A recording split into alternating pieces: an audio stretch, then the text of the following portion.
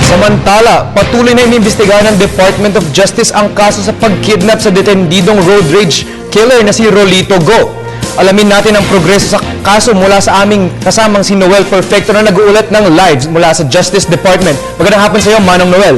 Magandang hapon, tama ka dyan. Kasalukuyan pinaimbestigahan mismo ni Secretary Laila De Lima sa National Bureau of Investigation ang sumuko na dalawa, o rather nahuli na dalawang mga suspect dito nga sa pagdukot kay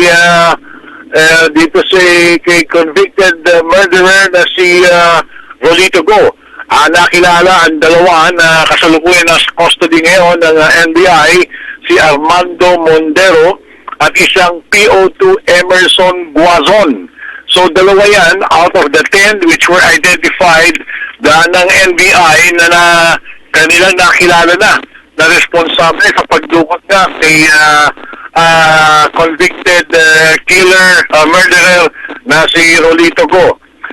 Yung dun sa 10, kasama na ron yung dalawang na-identify, ay 4 pa ang nakilala ng NBI. Ito yung sina Emilio Ortiz, E. Peñales, alias Emil, Lawrence Yurong, alias Dodong, alias Sunny, isang alias Bong, isang Fernando aka Pando, at Armando Valdez Madero ay kasalukuyan nasa custody na.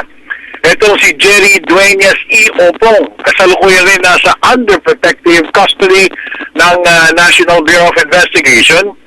Isang Reggie, isang Commander Rico, isang Jando at isa pang Jando. So in short, ang nasa kustodiya na ngayon ng National Bureau of Investigation sa tulong na rin ng anti-kidnapping group ng Philippine National Police ay ang dalawa pa lamang, itong sina Armando Mondero at PO2 Emerson Guazon.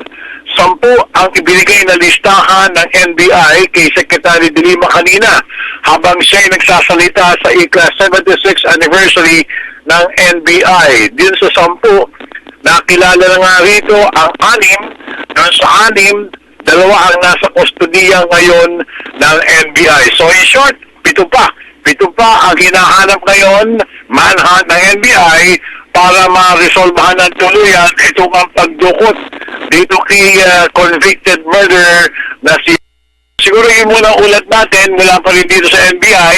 Magbibigyan na tayo ng karagdagang ulat mamaya sa 6 p.m. news. Kasama pa rin si Larry Doon at Erwin Navarro. Noel Perfecto para sa Telebisyon ng Bayan.